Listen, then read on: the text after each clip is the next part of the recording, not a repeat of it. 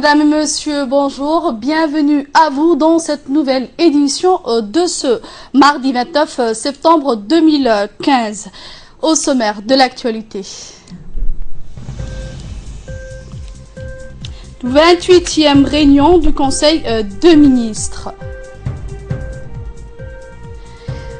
Reprise des négociations tripartites sur le Nil.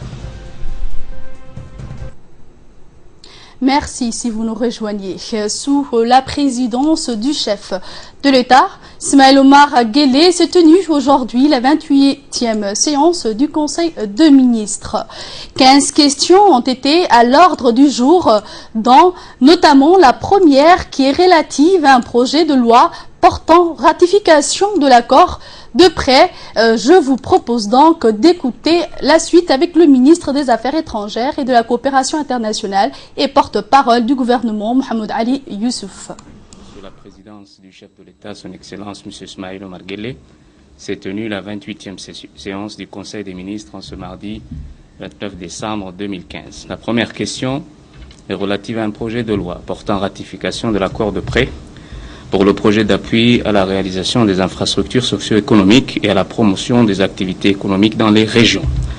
Ce programme d'appui tend à améliorer les conditions de vie des habitants des 5 régions ciblées pour leur assurer à moyen terme la réduction des écarts de développement entre les régions et Djibouti-Ville à travers l'accès aux infrastructures de base tout en promouvant l'inclusion et l'égalité des genres.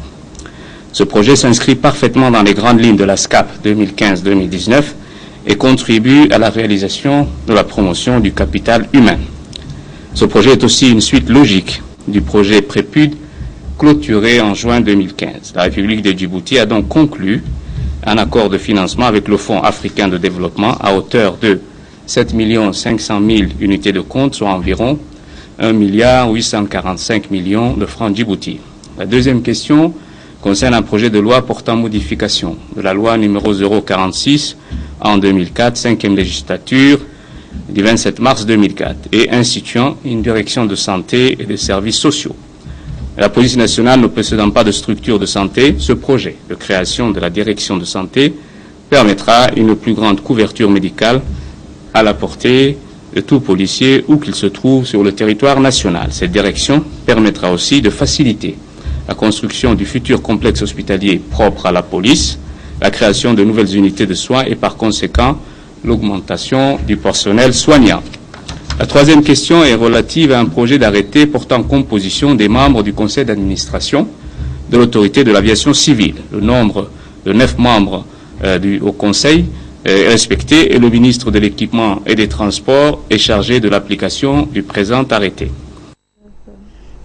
La seconde partie de ce Conseil de ministres a porté sur le budget provisionnel 2016 où plusieurs institutions publiques ont été soulevées. Écoutons de nouveau le ministre. La quatrième question concerne un projet d'arrêté portant approbation du budget prévisionnel 2016 de l'Agence nationale de la météorologie de Djibouti. Ce budget s'établit en produit à 228 660 000 francs Djibouti et en charge à 228 660 000 francs Djibouti, dont 155 160 000 francs Djibouti pour le fonctionnement et 73 500 000 francs pour les investissements. La cinquième question est relative à un projet d'arrêté portant approbation du budget prévisionnel 2016 de l'Office djiboutien de la propriété industrielle et commerciale. Ce projet de budget est arrêté en produit à 308 882 650 francs Djibouti et en charge à 264 95 000 francs, 486 000 francs Djibouti, soit un excédent budgétaire de 44 882 650 francs Djibouti.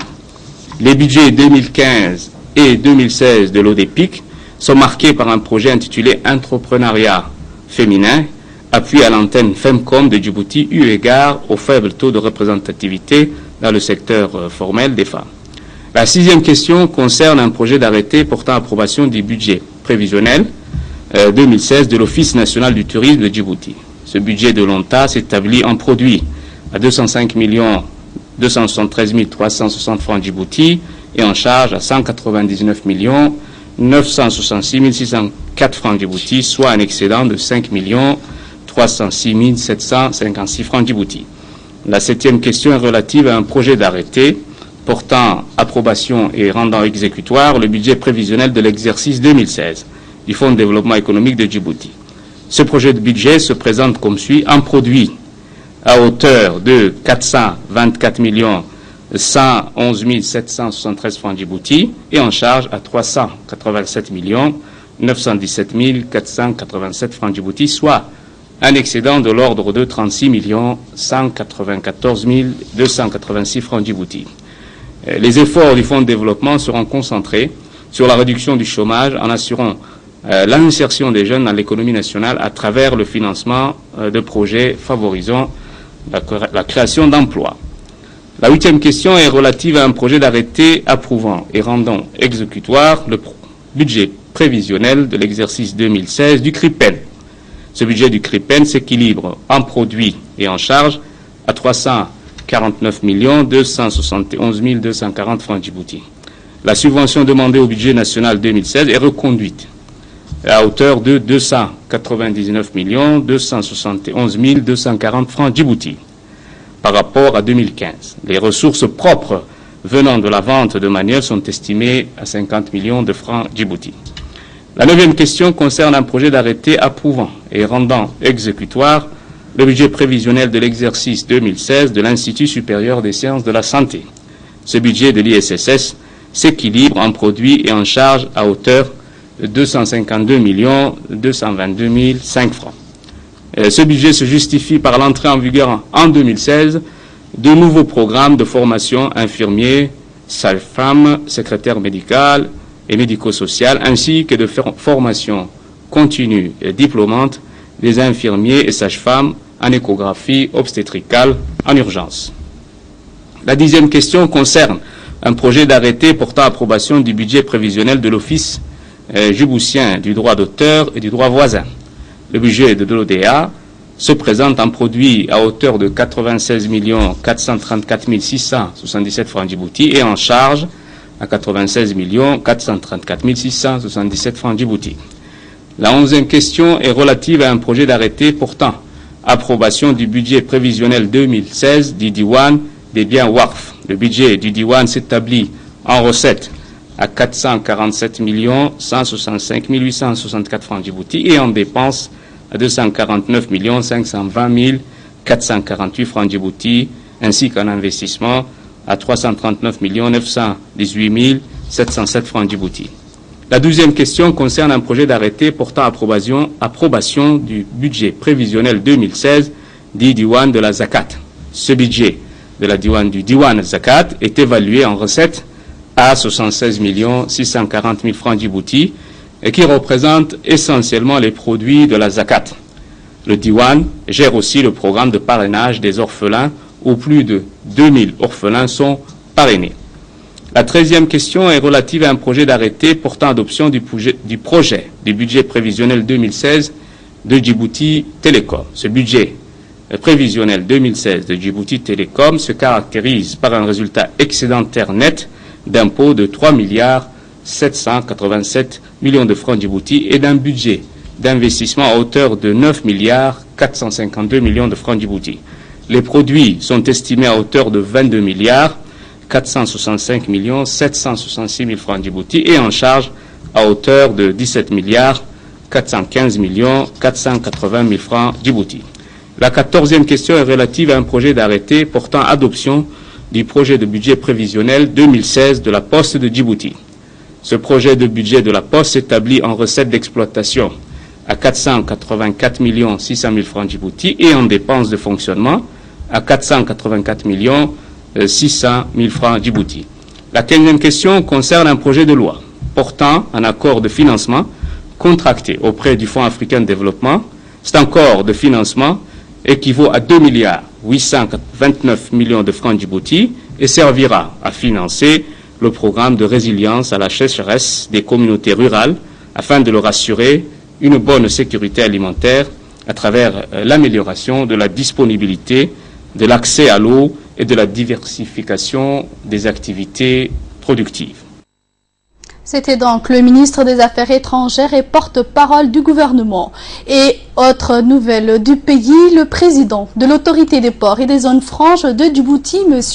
Aboubakar Omar Hadi, a rappelé aujourd'hui aux transitaires de la place les règles et les conditions de travail qui doivent être respectées et qui leur permettront d'exercer correctement leur activité. Ces règles précisent notamment que les transitaires doivent être de nationalité djiboutienne, qu'ils doivent laisser un dépôt de 15 millions de francs auprès du Trésor national, qu'ils doivent s'acquitter d'une patente, qu'ils doivent aussi honorer les cotisations de leur personnel auprès de la CNSS et aussi avoir une enseigne et un siège à Djibouti prouvant leur présence physique avec adresse électronique et téléphone. Si ces conditions ne sont pas réunies, les risques de retrait des licences de travail sont réels et la réglementation va être appliquée avec vigueur. M. Aboubakar Omar Hadi a ainsi invité les transitaires à respecter les critères d'agrément pour pouvoir poursuivre leur activité. M. Aboubakar Omar Hadi a par ailleurs indiqué qu'une nouvelle grille tarifaire revue à la baisse a été mise en place. Cela concerne toutes les opérations logistiques de chargement, déchargement, transfert de conteneurs, de potage, transport des conteneurs du port de Djibouti au port de Doralé, ou même les opérations de douanement ou la location des équipements. Cette nouvelle grille tarifaire permettra toujours aux transitaires de rentrer dans leurs frais et faire des profits ou des bénéfices, a-t-il précisé. Écoutons l'interview du président du port et des zones franches. Critères, les conditions d'obtention de l'agrément des transitaires sont premièrement être de nationalité djiboutienne.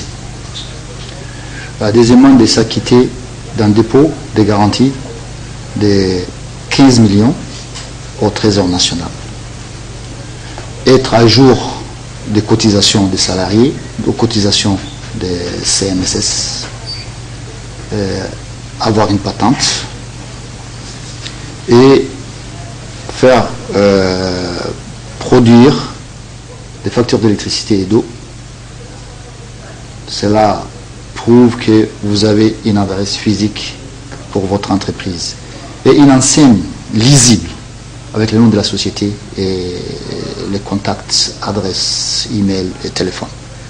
Voilà essentiellement les conditions pour l'obtention de ces critères, qui a été d'ailleurs simplifié, car auparavant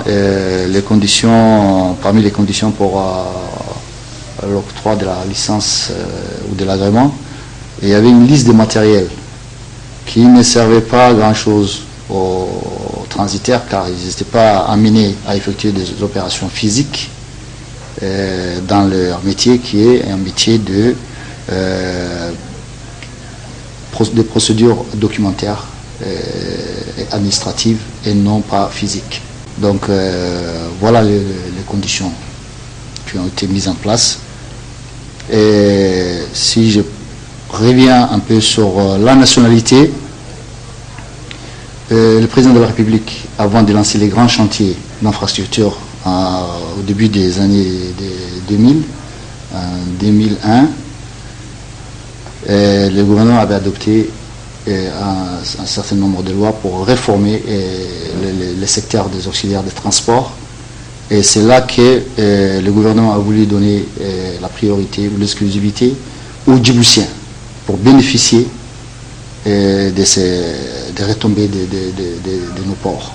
Oui, les transitaires ont fait des commentaires, certains positifs, certains négatifs.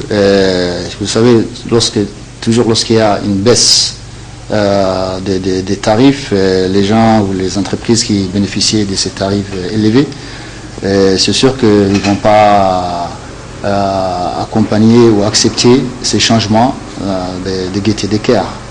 Donc, de notre côté, nous avons fait les analyses nécessaires, nous avons mis en place une équipe d'économistes en transport et de financiers qui ont travaillé sur le sujet avant de proposer au gouvernement ces tarifs. Et nous trouvons que ces tarifs sont très compétitifs pour les ports de la région. Et aussi, c'est un tarif qui permet de travailler aux entreprises et de rentrer dans leurs frais et de faire même des profits. Et comme j'avais souligné tout à l'heure, le transport est une chaîne. Donc, il y a plusieurs professions qui interviennent dans la chaîne. Il y a le transport d'abord maritime, il y a les ports, et puis au niveau du port, de la place portière, il y a les transitaires, les manutentionnaires privés et l'agent maritime qui interviennent, et puis les transports terrestres, qui est aujourd'hui routier, et demain aussi on verra le transport ferroviaire. Donc si un maillon de la chaîne est défaillant, ça affecte toute la chaîne. La compétitivité de la chaîne. Ce ne sera pas un transitaire X ou Y ou tel transporteur, mais ce sera les corridors de Djibouti. C'est clairement stipulé dans le décret que le transitaire qui ne va pas respecter à ces tarifs maximum se verrait sa licence purement et simplement retirée, annulée. C'est clair et c'est mentionné dans le décret de 2001. Le secrétaire d'État à la jeunesse et au sport, Bedoul Hassan Bedoul, a procédé hier avec une équipe technique à la délimitation du parcours de la marche de la paix prévue le 1er janvier prochain et coïncidant avec le 21e anniversaire de la signature de l'accord ayant définitivement mis fin au conflit civil entre le FRUD et le gouvernement. Le secrétaire d'État à la jeunesse et au sport a été accompagné du préfet de Dikil, M. Mohamed Chero, du président du conseil régional, M. Abdurrahman Younis, et du chef du corps des forces armées à Dikil. Cette marche aura lieu dans la plaine d'Aba même. C'est a pour but principal de promouvoir les valeurs de paix et d'unité nationale à travers le sport. Une stèle sera donc posée sur le site de départ de l'épreuve à l'endroit qui a abrité les premiers rondes des pourparlers de paix. Ce déplacement sur zone de la délégation conduite par le secrétaire d'État Bedoul Hassan Bedoul, qui comptait également des techniciens du département de sport, et non seulement permis de délimiter le parcours, mais d'évaluer tous les aspects d'organisation et logistique à mettre en œuvre afin que cette marche soit un grand succès. Donc, qui nous aide beaucoup afin de permettre donc à ce qu'on puisse faire en sorte à ce que les gens puissent pratiquer convenablement donc cette randonnée. Également la police aussi et la gendarmerie qui nous prêtent main forte. Donc comme c'est une randonnée qui fera date, donc c'est aussi la première fois que nous allons faire la randonnée pédestre donc d'Aba. Tout cela est fait pour la promotion donc de la paix, afin que l'on puisse démontrer que les Djiboutiens s'attachent à cette valeur. Je remercie le président de la République qui, jour et nuit, donc en train de se battre pour que notre pays puisse rester en paix et que les Djiboutiens et Djiboutiennes donc puissent s'aimer davantage. J'invite tous les Djiboutiens à ce qu'ils puissent participer à ces randonnées le vendredi 1er janvier 2016. Et Inch'Allah, nous attendons donc dans ces beaux lieux afin de profiter aussi du beau paysage. Je vous remercie. Et autre nouvelle nationale, comme chaque vacances scolaires, le ministre de l'Éducation nationale et de la formation professionnelle, par le biais du Centre de formation des enseignants de l'enseignement fondamental, a lancé sa plateforme de formation continue pour cette année scolaire 2015-2016. Ainsi, des journées de formation étalées sur la semaine de vacances ont été dispensées pour un public aussi large et divers que les enseignants du primaire au secondaire, aussi bien de l'enseignement général que l'enseignement professionnel. Ces formations continues se sont déroulées au CFEF, mais aussi au CRIPEN, au LIC et à l'inspection moyen et secondaire de la Palmeraie, et des thématiques portant sur la pratique de classe, comme les formations de proximité sur la didactique, pratique en éducation physique, formation sur les approches par les compétences pour les professeurs en arabe ou la lecture analytique pour les inspections de français ont été largement débattues dans ces journées de formation. Au LIC, l'inspecteur de mathématiques a abordé la présentation de programmes de manuels, la terminale et l'utilisation du TIS au collège pour ce qui des enseignants de la formation professionnelle. Le programme du BEF et du Bac Pro ont été discutés pour mettre à jour les formations pour les moyens professeurs. Enfin, au CRIPEN, des profs d'économie et de gestion ont travaillé sur la finalisation des documents d'appui au programme pour les spécialités. L'organisation des gestions, l'initiation à l'agence, comptabilité et gestion financière, autant de formations organisées cette semaine de vacances au profit des enseignants pour les élèves qui en profiteront à la reprise des classes samedi prochain sur l'ensemble du pays. L'enseignement moyen et secondaire. Pour l'enseignement de base, les enseignants ont bénéficié d'une formation en tronc commun, c'est-à-dire toutes les circonscriptions réunies dans une même école pour des niveaux donnés, cette fois-ci pour le cycle 2, sur 2 points importants, l'articulation de l'oral et de l'écrit en classe primaire et la prise en charge des élèves qui sont en difficulté d'apprentissage dans les classes. Pour le public cycle 1, les formations ont eu lieu dans les établissements scolaires et aussi bien en français mais aussi en arabe. Pour le moyen secondaire, dans toutes les disciplines, les professeurs ont bénéficié d'une formation. Beaucoup d'acteurs ont été mobilisés pour la préparation et l'élaboration de ces modules de formation. Les inspecteurs, les conseillers pédagogiques, mais aussi les formateurs du centre. C'est-à-dire que la qualité de ces prestations, de ces modules de formation est à apprécier. En parallèle à ces formations ciblées, le centre de formation a abrité aussi cette semaine une formation en direction, pas du public enseignant, mais du public conseiller pédagogique et directeur d'école. Et cette formation porte sur la promotion du livre. Une cérémonie de distribution du Dawan al-Zakat pour les orphelins s'est déroulée hier matin au sein du centre Markaz al-Rahma de Dikil. C'est dans la matinée d'hier que la fondation Dawan al-Zakat a procédé à la distribution de la dernière tranche des cotisations de parrainage de l'année 2015 à plus de 76 enfants orphelins bénéficiant d'une somme de 15 000 francs chacun.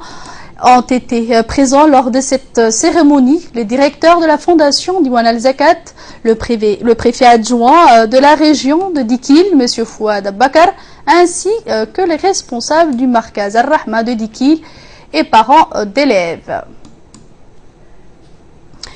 D'une pierre deux coups, ainsi donc serait l'expression pour témoigner de l'action du CNSCD qui, dans la même journée du 28 décembre 2015, se fit accueillir par les conseils régionaux de la ville de Dikil pour établir les bases de leur collaboration future afin de refonder les principes et la réorganisation des OST régionales. Le président du CNCD a ses convictions trouvé une fois de plus son avantage en parachevant une convention de partenariat avec les autorités locales de la décentralisation en la personne de M. Abdurrahman Younis Aré, président du Conseil régional de Dikil. Cette relation étroite résulte toujours de cette ambition tant criée par le président du CNSD qui promet d'ordre et déjà de pouvoir assister à l'émergence d'une société civile djiboutienne forte, dynamique, efficace et organisée.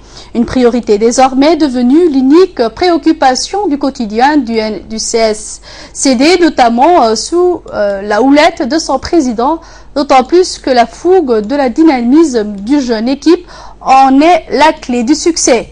Par ailleurs, la présence d'assemblées de jeunes hommes et femmes, tous issus du milieu associatif et à chaque rencontre de plus en plus nombreuses pour adhérer à la vision du CNSCD témoigne bien de l'avenir positif de OSC de Djibouti, si bien que le jeune coordinateur national, M. Aboubakar Hamad, s'en réjouit déjà pour avoir cru à cette maturité des OSC de Djibouti et projette également de passer prochainement à la vitesse supérieure. Et dans la région d'Ali Sabié, l'action du CNCD a dans la même journée du 28 décembre 2015 se fit accueillir par les conseils régionaux de la ville d'Ali Sabié pour établir les bases de leur collaboration future afin de refonder les principes et la réorganisation des OSC régionales. Le président du CNCD, fort de ses convictions, trouve une fois de plus son avantage en parachevant une convention de partenariat avec les autorités locales de la décentralisation en la personne présidente du CR du Conseil régional de Dikil et de M. Omar Ahmed Waïs, président du Conseil régional d'Ali Sabié. Cette relation étroite résulte toujours de cette ambition tant criée par le président du CNCD qui promet d'ores et déjà de pouvoir assister à l'émergence d'une société civile djiboutienne forte, dynamique, efficace et organisée. Une priorité désormais devenue l'unique préoccupation du quotidien du CNCD, notamment sous la houlette de son président, d'autant plus que la fougue et le dynamisme d'une jeune équipe en est la clé du succès. Par ailleurs, la présence d'ensemble des jeunes, hommes et femmes, tous issus du milieu associatif et à chacune des rencontres de plus en plus nombreuses pour adhérer à la vision du CNSCD, témoigne bien de l'avenir positif des OCD de Djibouti, si bien que le jeune coordinateur national, M. Aboubakar Hamad, s'en réjouit déjà pour avoir cru à cette maturité des OSC de Djibouti et projette également de passer prochainement à une vitesse supérieure. Actualité hors de nos frontières. À présent, reprise des négociations sur le barrage controversé de l'Éthiopie sur le Nil. Le ministre des Affaires étrangères de l'Éthiopie, de l'Égypte et du Soudan tiennent une rencontre décisive à Khartoum pour aplanir leurs différents techniques relatives au grand barrage de la Renaissance éthiopienne. Un ouvrage controversé sur le fleuve, le Nil. La réunion a débuté dimanche dans un contexte de tension relative aux informations dans la presse, suggérant que l'Éthiopie a lancé la deuxième phase de la déviation du Nil bleu, l'un des deux principaux affluents des principaux fleuves qui permettront la contribution du mur du barrage. Le ministre soudanais des Affaires étrangères, Ibrahim Kandour, a déclaré aux journalistes après la séance d'ouverture que la vidéo diffusée par la presse montrant des travaux prétendus sur le site était vieille, avant de reprocher à certains de recourir à la presse pour saboter les discussions en cours. Il a par ailleurs indiqué que la réunion de 2 jours portera sur les divergences techniques entre les entreprises de consultation nationale et internationale chargées de conseiller sur la pertinence du barrage que l'Éthiopie soutient, destiné à répondre à ses besoins en énergie alors que le projet fait face à une ferme opposition de l'Égypte et du Soudan. Le Caire et Khartoum craignent de perdre leur part de l'eau du Nil si l'Éthiopie se lance dans la construction du barrage. Et en Centrafrique, dernier jour de campagne sous la haute sécurité avant la présidentielle. À quelques jours des élections présidentielles et législatives de mercredi 30 décembre, les casques bleus patrouillent dans Bangui en Centrafrique afin de prévenir toute violence. Des checkpoints ont été installés sur les carrefours sensibles de la capitale. Commentaire d'Idriss Adeta. À quelques jours des élections présidentielles et législatives de mercredi 30 décembre, les casques bleus patrouillent dans Bangui en Centrafrique. Afin de prévenir toute violence, des checkpoints ont été installés sur les carrefours sensibles de la capitale. La mission des Nations Unies MINUSCA est mobilisée pour aider à l'acheminement du matériel électoral et assurer la sécurité de ces votes qui devraient permettre au pays de sortir des 3 ans de violences intercommunautaires. Vu ce qu'on a constaté durant les référendums, on a pris des mesures plus sécurisantes pour empêcher tout ce qui rechercherait à déranger les élections présidentielles, explique l'adjudant-chef Foukoum. Le référendum constitutionnel du 13 décembre a donné lieu à des violences à Bangui. Dans les quartiers musulmans de PK5, les extrémistes de la Séléka ont tué à l'arme lourde 5 habitants désirés de voter. Dans cette enclave, un comité d'autodéfense est mobilisé pour sécuriser le scrutin de demain, initialement prévu. Fin de ce journal, merci à vous de nous avoir suivis. Restez avec nous, tout de suite les minutes du focus avec Nagat Hussein. Mais avant, le focus, c'est l'appel de la prière d'Al-Asr.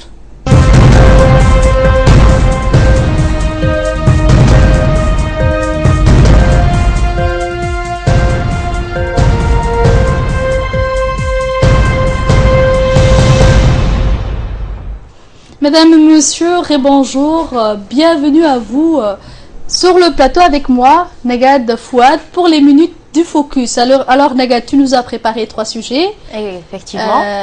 Les 3 sujets porteront également sur un sujet national et 2 autres que tu as secrètement peut-être préparés.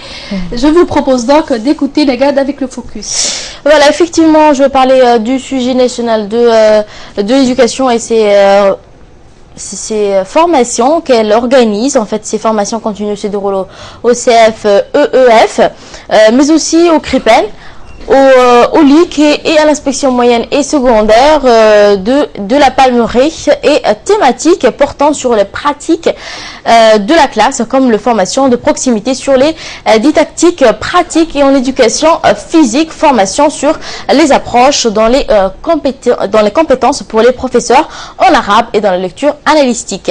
Donc pour l'institution française ont été largement débattues dans cette journée de formation. Au LIG, l'inspecteur de mathématiques a abordé en fait la présentation des programmes manuels de terminale et l'utilisation de TIS en collège.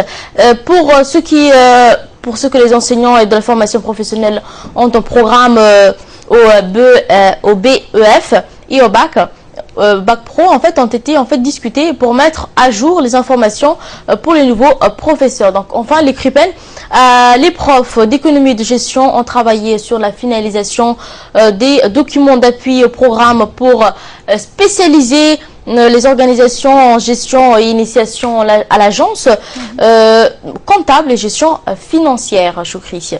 Et en ce qui concerne l'actualité internationale, la police belge a arrêté 2 individus soupçonnés de terrorisme en fait à Bruxelles à l'occasion du réveillon du Nouvel An. Donc ces interpellations ont eu lieu après les perquisitions sans lieu avec les attentats de Paris. Des personnes en fait soupçonnées de préparer des attentats à Bruxelles ont été arrêtées après des opérations de la police belge. Donc l'enquête a permis de mettre en lumière les menaces sérieuses des attentats qui visaient plusieurs lieux emblématiques de Bruxelles et seraient commis durant les fêtes de fin d'année. Donc a indiqué le parquet dans un communiqué. 6 interpellations ont été menées d'ici dimanche et lundi à Bruxelles, à Liège et dans une province voisine de la capitale belge. Donc 2 personnes ont été placées sous mandat d'arrêt. C'est la première du chef de menace d'attentat, de participation aux activités d'un groupe terroriste en qualité de dirigeant et de recrutement en vue de commettre des infractions terroristes avec auteur de la seconde chef de menace d'attentat et de participation aux activités d'un groupe terroriste. Donc, comme auteur de plusieurs attentats qui se sont déroulés ces derniers lieux dans les pays limitrophes. Donc 4 des personnes interrogées par les services de sécurité belges ont été en revanche remis en liberté faute de preuves. Donc la police a par ailleurs saisi les vêtements militaires de documents et des documents de propagande de l'organisation de l'État islamique, ni armés, ni